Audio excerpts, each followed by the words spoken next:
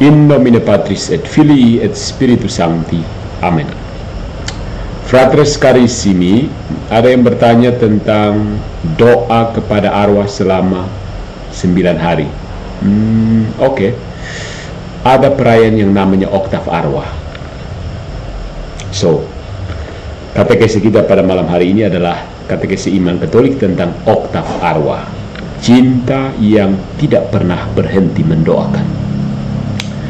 Saudara-saudariku, gereja Katolik memiliki tradisi suci mendoakan saudara-saudari yang telah meninggal.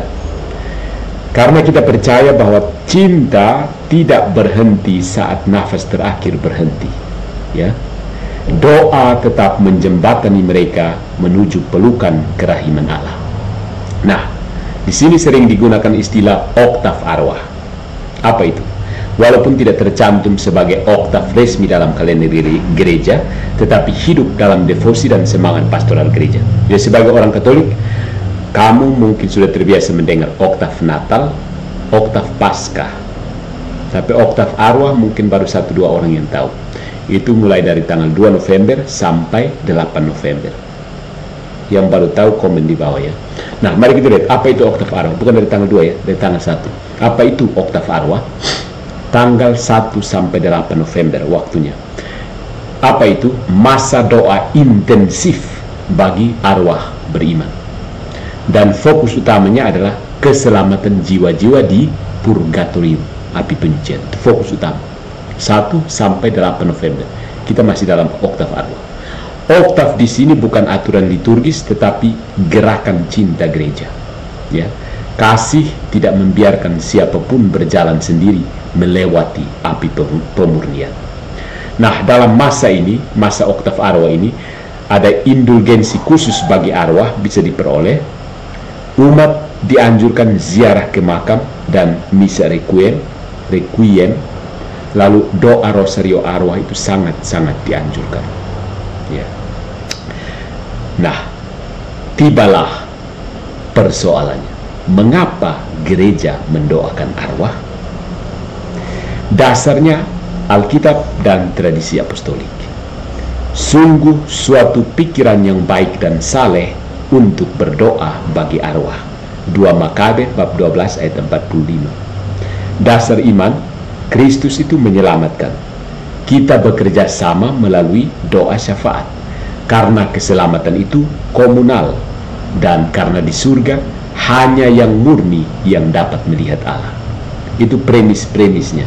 Kesimpulannya, doakan arwah saudara-saudari. Gereja berdiri di atas keyakinan yang sederhana. Dosa yang belum dibersihkan pasti dipulihkan dalam kasih. Itulah purgatorium, pemurnian, bukan penghukuman. Purgatorium itu pemurnian. Sekali lagi, bukan penghukuman. Ya. Apakah oktav arwah ada dalam liturgi resmi? Jawaban singkatnya, tidak ada sebagai oktav liturgis resmi. Jawaban penuhnya, gereja secara pastoral menjadikannya masa doa intensif. Yang resmi hanya All Souls Day, peringatan arwah semua orang beriman, itu tanggal 2 November, dan bulan November seluruhnya sebagai bulan arwah keseluruhan. Artinya tidak ada rubrik, tetapi ada cinta gereja yang tidak pernah vakum. Ya. Nah, bagaimana cara menghayati oktav arwah ini? Praktis dan sederhana. Dengan mengadakan devosinya ya diberi dalam semacam kategori-kategori. Devosi indulgensi untuk arwah, pelaksananya 1 sampai 8 November, itu kunjungan ke kubur. Buah rohani yang didapat mempercepat pemurnian jiwa. Kemudian ada kegiatan misalnya misa requiem, itu pelaksanaannya sepanjang minggu pertama November, dan buah rohani adalah kurban Kristus untuk mereka, jiwa-jiwa itu. Kemudian rosario arwah, itu pelaksanaan doa harian di rumah atau di kapela, dan buah rohaninya adalah pengharapan di dalam bersama Maria. Kemudian doa singkat untuk arwah, misalnya requiescat in pace, pelaksanaan setiap selesai misa atau doa. Buah rohaninya adalah kasih yang berbuah setia. Kemudian amal kasih, perbuatan maksudnya, sedekah untuk yang miskin, beri apa saja, tenaga, perhatian, materi, ya. Buah rohaninya adalah sukacita bagi gereja penderita, mereka yang ada di atas penjajahan. Karena apa? Mereka tidak bisa berbuat apa-apa lagi. You yang harus buat atas nama mereka. Bahkan satu doa singkat menembus batas waktu. Ya Tuhan, berikanlah istirahat kekal kepada mereka. Requiem aeternam dona eis Domine. Gitu. Jadi kita bisa berapologi untuk menjawab keberatan yang muncul dari polemikus anti Katolik. Keberatan yang umum itu tidak perlu doakan yang sudah mati. Yesus sudah selamatkan mereka. Yesus sudah cukup. Justru karena Yesus sudah selamatkan, gereja ikut bekerja sama dalam kasih-Nya. Tuhan mendirikan gereja sebagai keluarga, bukan individu-individu yang putus hubungan saat mati. Bukan. Keselamatan itu relasional, bukan egoisme rohani. Itu keberatannya. Jelas.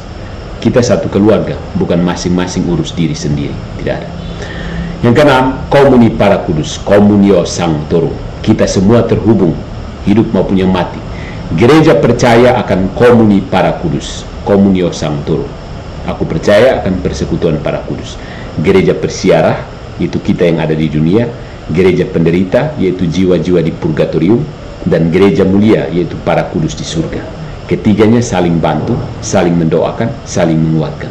Jadi kematian hanya memisahkan tubuh, tidak memutus tubuh Kristus.